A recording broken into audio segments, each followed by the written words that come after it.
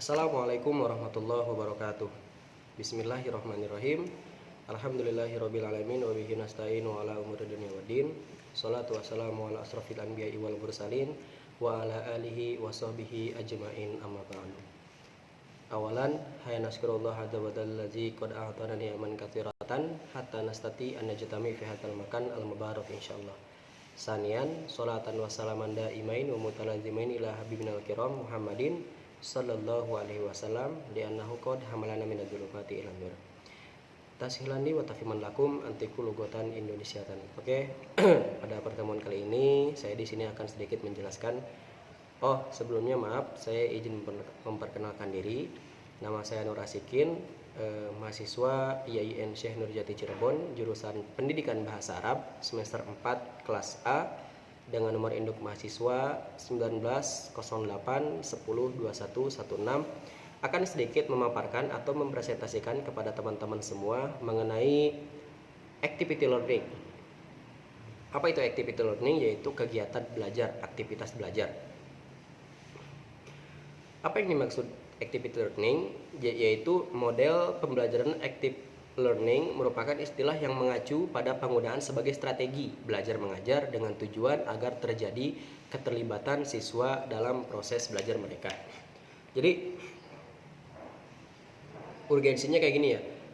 Belajar adalah interaksi aktif antara individu dengan lingkungan sosialnya yang menghasilkan perubahan dalam pengetahuan, kemampuan, pemahaman, dan sikap seperti itu. Jadi secara nggak langsung si siswa itu sama lingkungan itu berbaur gitu, karena mereka beraktivitas di lingkungan mereka seperti itu. Jadi banyak yang mendukung dari faktor-faktor lingkungan terhadap pembelajaran si siswa tersebut seperti itu. Kemudian karakteristiknya menurut Bownell and Eisen dalam Mahmudah 2008 chapter 64, pembelajaran aktif memiliki karakteristik sebagai berikut. Yang pertama, penekanan proses pembelajaran bukan pada penyampaian informasi dan oleh pengajar, melainkan pada pengembangan keterampilan pemikiran analitis dan kritik terhadap topik. Jadi menurut Bownell and Eisen dalam Mahmudah 2008 chapter 64, pembelajaran aktif memiliki karakteristik sebagai berikut. Oke, saya bacakan ya. Nomor 1 itu penekanan proses pembelajaran bukan pada penyampaian informasi oleh pengajar, melainkan pada pengembangan keterampilan pemikiran analitis dan kritis terhadap topik atau permasalahan yang dibahas. Kemudian siswa tidak mendengarkan pelajaran secara pasif, tetapi mengerjakan sesuatu yang berkaitan dengan materi pelajaran. Jadi mungkin nanti siswa kebanyakan bakal dikasih tugas, tapi tugasnya nggak berat-berat amat. Seperti halnya mereka supaya bisa berkombinasi langsung dengan alam sekitar atau dengan lingkungan sekitar seperti itu. Kemudian yang ketiga, penekanan pada eksplorasi nilai-nilai dan sikap-sikap yang berkenaan dengan materi pelajaran seperti itu. Kemudian yang keempat, siswa lebih banyak dituntut berpikir kritis, menganalisa dan melakukan evaluasi. Dan kemudian yang terakhir, umpan balik yang lebih cepat akan terjadi pada proses pembelajaran seperti itu. Adapun asas-asas dalam activity learning yaitu asas apersepsi, motivasi, aktivitas, individualitas, peragaan, modifikasi, pengulangan, dan evaluasi.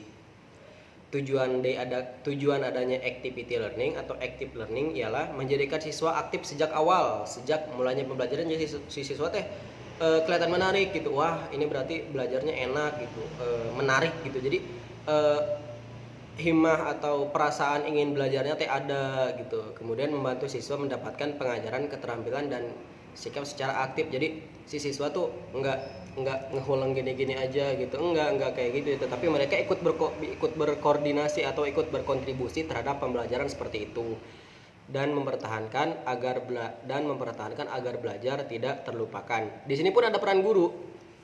Jadi peran gurunya seperti apa sih? Seperti halnya penggunaan model pembelajaran aktif active learning dalam kelas oleh guru diharapkan dapat membuat siswa lebih termotivasi. Jadi model pembelajaran guru itu tidak boleh monoton ya, soalnya biar si siswanya aktif atau misalkan enak belajarnya, jangan monoton si guru tuh berarti belajarnya. karena mereka semua terlibat secara aktif melalui kegiatan-kegiatan yang telah dirancang dan disediakan oleh guru untuk difasilitasi di kelasnya, seperti itu. Dan kemudian adapun peranan siswa, ya ini sih mungkin kalau misalkan menurut saya ini lebih pentingnya di siswanya ya. Jadi kalau misalkan segimanapun si guru mempunyai model belajar, kalau misalkan siswanya nggak aktif ya mau gimana gitu kan ya. Nanti kan ini siswanya yang mau belajar, nanti kan kalau misalkan siswanya nggak aktif ya wallahu alam mereka bisa belajar apa enggak, seperti itu. Kemudian adapun perbedaan pembelajaran aktif dan tradisional, yaitu model pembelajaran aktif berpusat pada siswa, sedangkan model pembelajaran konvensional tradisional berpusat pada guru. Mungkin ini saya juga dulu waktu di Aliyah, tepatnya dulu kan saya Aliyah sambil mondok. Ini mungkin sama seperti halnya antara perbedaan KTSP dan Kurtilas ya, yang dimana KTSP itu lebih peranan pentingnya dalam oleh guru, karena nanti siswanya terus mendengarkan itu kalau misalkan pembelajaran metode KTSP.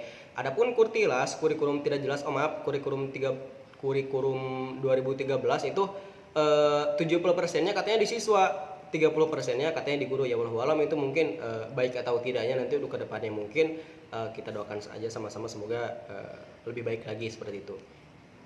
Kemudian adapun contoh active learning itu cooperative script, yaitu guru memberi siswa untuk berpasangan, guru membagi siswa untuk berpasangan, Pak. Jadi siswa itu berpasangan bukan untuk berpasangan pacaran ya, tetapi berpasangan untuk mereka itu seperti halnya berkontribusi untuk melengkapi satu sama lain mengenai pembelajaran apa yang dibahas, seperti itu. Kemudian guru membagikan wacana materi tiap siswa untuk dibaca dan membuat ringkasan. Kemudian juga guru dan siswa menetapkan siapa yang pertama berperan sebagai pembicara dan siapa yang berperan sebagai pendengar. Ini kelihatannya seperti halnya ini seperti dijadwalkan setiap hari itu pasti akan ada yang menjelaskan suatu materi itu, entah dari siswa atau dari siapapun itu, seperti itu. Kemudian pembicara membacakan ringkasannya selengkap mungkin dengan memasukkan ide-ide pokok dalam ringkasannya, sementara pendengar menyimak atau mengoreksi. Nah nanti yang duduk dan yang menjelaskan itu sama-sama belajar. Yang menjelaskan itu bagaimana menyampaikan materi secara benar, menyampaikan ringkasan yang benar, dan yang duduk itu bagaimana menangkap atau menyingkap materi dari teman-temannya secara benar, seperti itu. Adapun yang terakhir itu bertukar peran, semula sebagai pembicara ditukar menjadi pendengar dan sebaliknya, kesimpulan guru. Nah seperti itu. Jadi bukan hanya satu atau dua orang aja yang menjadi penjelaskan, tetapi semuanya. Jadi kalau misalkan dalam bahasanya apa ya, di rolling, jadi biar semuanya dapat apa ya, kebagian buat ngejelasin, kebagian juga buat ngedenger kayak gitu. Jadi efektivitasnya lebih kena, seperti itu. Ya mungkin itu sedikit penjelasan mengenai active learning. Mohon maaf bila ada kesalahan. Wassalamualaikum warahmatullahi wabarakatuh.